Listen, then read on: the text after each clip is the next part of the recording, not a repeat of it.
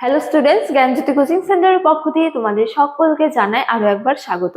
তো স্টুডেন্টস, আজকের ক্লাসে আমরা যে বিষয় নিয়ে আলোচনা করব তা হলো সাঁওতাল বিদ্রোহের কারণ সমূহ নিয়ে। ঠিক আছে, তো এই সাঁওতাল বিদ্রোহের পেছনে কোন কারণগুলি দায়ী ছিল সেগুলো নিয়ে আজকের ক্লাসে আমরা আলোচনা করব। তো আলোচনা শুরু করার পূর্বে তোমাদের বলে রাখি, তোমরা যারা যারা BKU অর্থাৎ বাঁকুড়া ইউনিভার্সিটির অন্তর্গত ফোর্থ সেমিস্টারে রয়েছে, তোমাদের যাদের যাদের মেজর হিস্ট্রি রয়েছে তাদের মেজর পেপার 8-এর একটি গুরুত্বপূর্ণ টপিক নিয়ে আজকের ক্লাসে আমরা আলোচনা করব। তো আলোচনা শুরু করার পূর্বে তোমাদের একটা ছোট্ট ইনফরমেশন দিয়ে রাখি যে তোমরা যারা যারা ভাবছো তোমরা এই সেমিস্টারে আমাদের সাথে অনলাইনে যুক্ত হবে, তোমরা স্ক্রিনে দুটো নম্বর দেখতে পাচ্ছ। এই দুটো নাম্বার হলো আমাদের জ্ঞানজ্যোতি কোচিং সেন্টারের অফিসিয়াল হেল্পলাইন নাম্বার। তো তোমরা এই দুটো নাম্বারের মধ্যে যে কোনো একটিতে যোগাযোগ করে আমাদের সাথে যুক্ত হতে পারো। এছাড়া তোমাদের একটু কোর্স ডিটেলসটাও বলে রাখি যে তোমাদের যাদের যাদের মেজর কোর্স রয়েছে তোমাদের জন্য যে কোর্স ফিটা রাখা হয়েছে এই সেমিস্টারের জন্য তা হলো 1199 টাকা, এবং তোমাদের যাদের যাদের মাইনর কোর্স রয়েছে তোমাদের জন্য যে কোর্স ফিটা রাখা হয়েছে সেটা রাখা হয়েছে কেবলমাত্র 699 টাকা। তো এই টাকার বিনিময়ে তোমরা আমাদের কাছ থেকে কি কি পেয়ে যাচ্ছ? তো এই টাকার বিনিময়ে তোমরা আমাদের কাছ থেকে পেয়ে যাচ্ছ লাইভ ক্লাসেস, এছাড়া হাই কোয়ালিটি নোটস, এছাড়া রেকর্ডেড ক্লাস এবং কি 100% কমন সাজেশন। তো স্টুডেন্টস, এই ছিল ইনফরমেশন। এবার আমরা আজকের আলোচনা শুরু করব।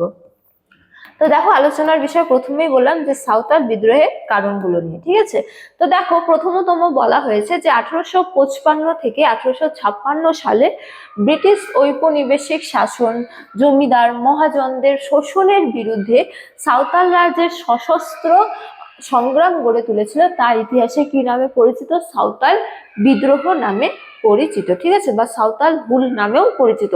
হুল মানে কি? হুল মানে হলো হচ্ছে যে বিদ্রোহ। ঠিক আছে, তো এই যে ঔপনিবেশিক শাসন, তারপরে জমিদার ও মহাজনদের বিরুদ্ধে সাঁওতালরা যে বিদ্রোহ করেছিল তা কি নামে পরিচিত? সাঁওতাল বিদ্রোহ বা সাঁওতাল হুল নামেও পরিচিত। ঠিক আছে, তো এই যে সিধু, কানু, চাঁদ, ভৈরব এরা ছিল কি এই বিদ্রোহের অন্যতম গুরুত্বপূর্ণ নেতা বা নেতৃবৃন্দ। ঠিক আছে, তো তারাই এই বিদ্রোহ কি করেছিল? নেতৃত্ব দান করেছিল। কে কে? সিধু, কানু, চাঁদ এবং ভৈরব। ঠিক আছে, তো দেখো এবারে আমরা আলোচনা করব বিদ্রোহের কারণ সমূহ নিয়ে। এই বিদ্রোহের তো প্রথম কারণ স্বরূপ বলা হয়েছে যে ভূমি রাজস্বের উচ্চ হার ও চিরস্থায়ী বন্দোবস্ত। ঠিক আছে, বা বলা যায় যে উচ্চ রাজস্ব এবং কি চিরস্থায়ী বন্দোবস্ত। তো এই ক্ষেত্রে বলা হয়েছে যে 1793 সালে চিরস্থায়ী বন্দোবস্তের পর সাঁওতালদের চিরাচরিত জমির ওপর অধিকার কেড়ে নেওয়া হয়। তো এই বন্দোবস্তের অন্যতম প্রধান বৈশিষ্ট্য কি ছিল?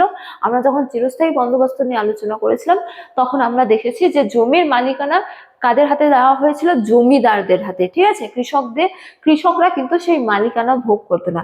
তো এই বন্দোবস্তের ফলে সাঁওতালদেরও জমির ওপর যে তাদের যে সত্য ছিল তা কেড়ে নেওয়া হয়। ঠিক আছে, তো দেখো বলা হয়েছে যে ব্রিটিশ সরকার ও জমিদাররা সাঁওতালদের ওপর অত্যাধিক হারে খাজনা ধার্য করে। ঠিক আছে, তো এই বিপুল পরিমাণ খাজনা মেটাতে গিয়ে সাঁওতালরা সর্বশান্ত হয়ে পড়ে। ঠিক আছে, তো এই চিরস্থায়ী বন্দোবস্তের মাধ্যমে জমিদাররা কি করতো? রাজস্ব আদায় করত, কিন্তু যে রাজস্ব কোম্পানি নির্ধারণ করে দিয়েছিল তার থেকে জমিদাররা বেশি হারে কিন্তু রাজস্ব আদায় করতো। ঠিক আছে, এবং অর্ধেক রাজস্ব নিজের কাছে রেখে বাকিটা তারা কিন্তু কোম্পানিকে দিত। ঠিক আছে, রাজস্ব।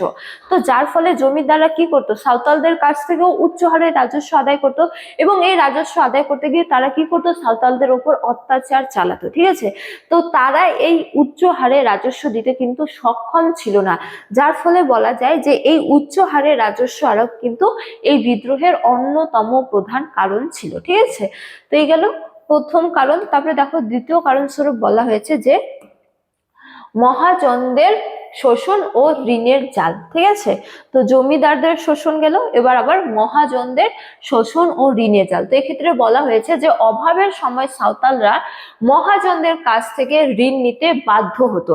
তো জমিদাররা তাদের কাছ থেকে যে উচ্চ হারে রাজস্ব আদায় করতো সেই রাজস্ব দিতে তারা কিন্তু সক্ষম ছিল না। এজন্য তারা রাজস্ব ফুলফিল করার জন্য বা যে হারে রাজস্ব তার উপর আরোপ করা হয়েছে তা পূর্ণ করার জন্য তারা কি করতো? মহাজনদের কাছ থেকে কি করতো? ঋণ নিত, ঋণ নিয়ে জমিদারকে দিত। ঠিক আছে, অর্থাৎ রাজস্ব ধার্য করতো বা রাজস্ব সমাপ্ত করতো।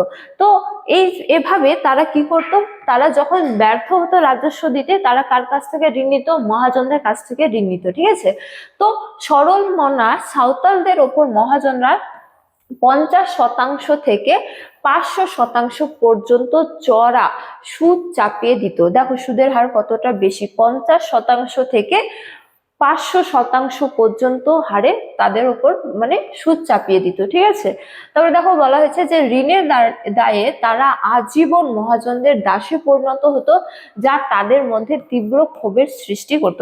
আচ্ছা, এই মহাজনদের কাছ থেকে তারা ঋণ নিত, ঠিক আছে, তো তারা চড়া হারে বা বলা যায় যে চড়া সুদে ঋণ নিত, 50 থেকে 500% পর্যন্ত চড়া সুদে ঋণ নিত।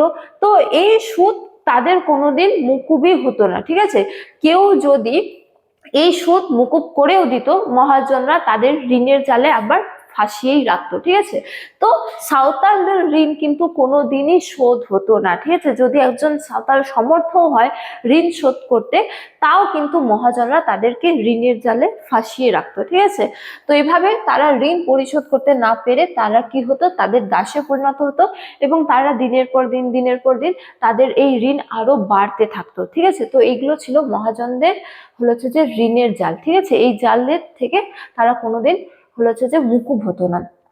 এই ছিল অন্যতম প্রধান কারণ এই বিদ্রোহে। তারপরে দেখো 3য় নম্বর স্বরূপ বলা হয়েছে দিকু বা বহিরাগতদের অনুপ্রবেশ। এটাও একটি অন্যতম গুরুত্বপূর্ণ কারণ। তো দেখো বলা হয়েছে যে সাঁওতালরা তাদের এলাকায় বসবাসকারী ও আদিবাসী ব্যবসায়ী ও মহাজনদের কি বলতো?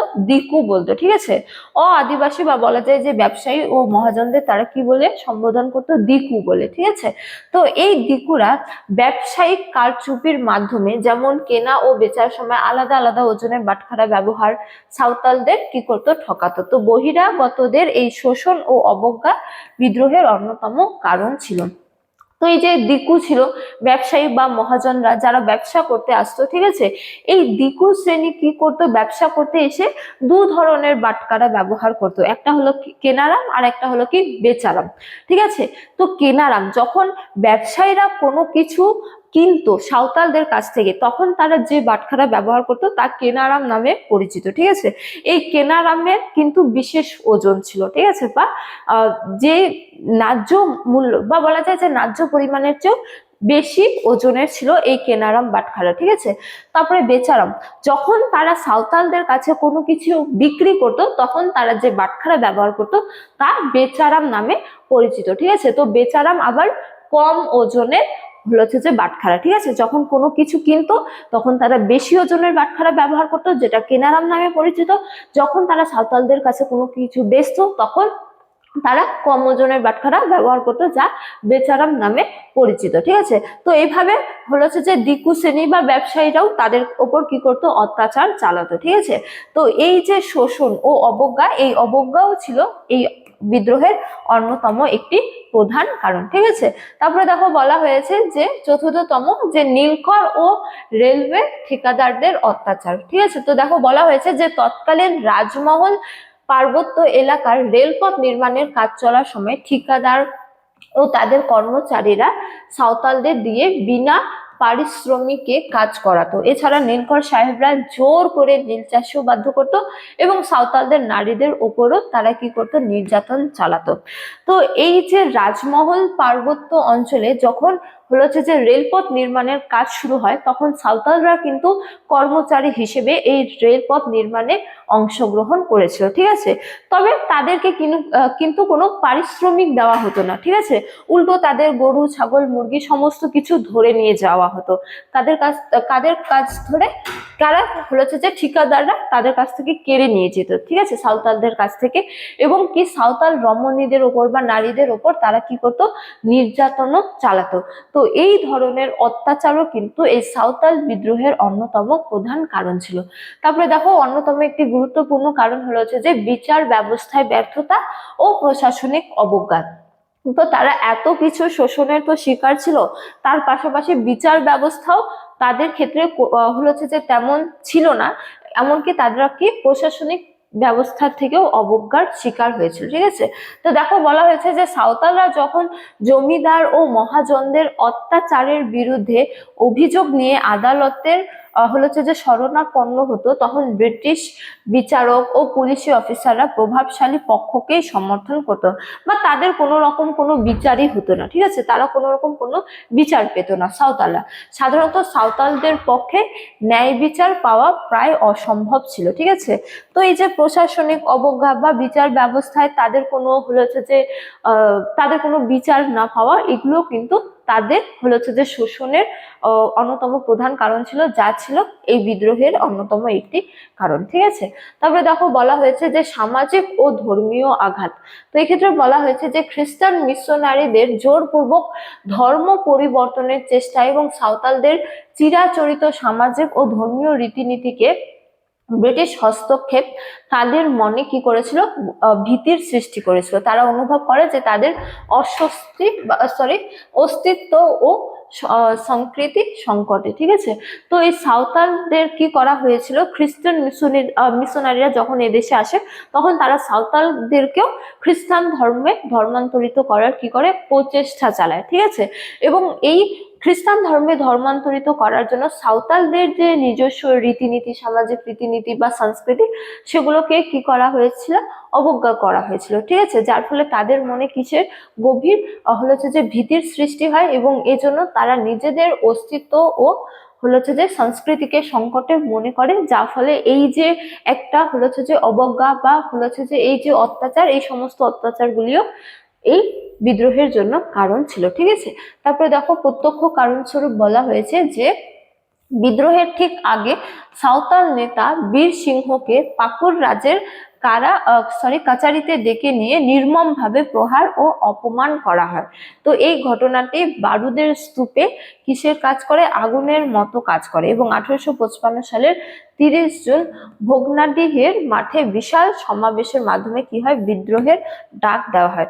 তো সাঁওতালরা যখন এত কিছু অত্যাচার ও শোষণে ভরায়, ঠিক সেই সময় তাদের যে নেতা ছিল, সাঁওতাল নেতা বীর সিংহকে কি করা হয়, অপমান করা হয় বা নির্মমভাবে প্রহার করা হয়। ঠিক আছে, তো এই ঘটনাগুলি তাদের মনে কিন্তু গভীর রেখাপাত সৃষ্টি করেছিল, যার পরবর্তীকালে তারা সমাবেশভাবে কিসের আয়োজন করে, বিদ্রোহের ডাক দেয়, যার ফলে কি হয়, বিদ্রোহ সংগঠিত হয়। কোন বিদ্রোহ, সাঁওতাল বিদ্রোহ। ঠিক আছে, তো বলা যায় যে এই সাঁওতাল বিদ্রোহের পেছনে কিন্তু কোনো একটি নির্দিষ্ট কারণ দায়ী ছিল না, একাধিক কারণ দায়ী ছিল। ঠিক আছে, তারপরে দেখো পরিশেষে বলা হয়েছে যে সাঁওতাল বিদ্রোহ কেবল অর্থনৈতিক শোষণের ফল ছিল না, এটি ছিল আত্মমর্যাদা রক্ষা, এছাড়া স্বাধিকার প্রতিষ্ঠার লড়াই। ঠিক আছে, যদিও ব্রিটিশদের উন্নত মরণাস্ত্রের কাছে ধনুকধারী সাঁওতালরা শেষ পর্যন্ত পরাজিত হয়, তবু তাদের এই আত্মত্যাগ পরবর্তীকালে কৃষক ও উপজাতি আন্দোলনগুলোকে কি করেছিল, গভীরভাবে অনুপ্রাণিত করেছিল। ঠিক আছে, তো এই সাঁওতালরা কি ছিল, ধনুকধারী ছিল। ঠিক আছে, কিন্তু ব্রিটিশদের কাছে উন্নত ধরনের অস্ত্র ছিল, যার ফলে তারা কিন্তু বেশি সময় ধরে এই আন্দোলন চালাতে সক্ষম হয়নি। শেষ পর্যন্ত এই আন্দোলন কিন্তু ব্যর্থ হয়েছিল, কিন্তু তা সত্ত্বেও বলা যায় যে এই আন্দোলন পরবর্তীকালের কৃষক ও উপজাতিগুলোকে অনুপ্রাণিত করেছিল কিসের জন্য, আন্দোলনের জন্য বা নিজের অধিকার রক্ষার জন্য। ঠিক আছে, তো স্টুডেন্টস এই ছিল আজকের আলোচনার বিষয়, এই ডিটেলসটা আমি আগেই বলে দিয়েছি। তো আজকের ক্লাস এতটাই, তোমাদের সাথে দেখা হবে পরবর্তী ক্লাসে। ততক্ষণ তোমরা সকলেই ভালো থাকো, সুস্থ থাকো। Thank you.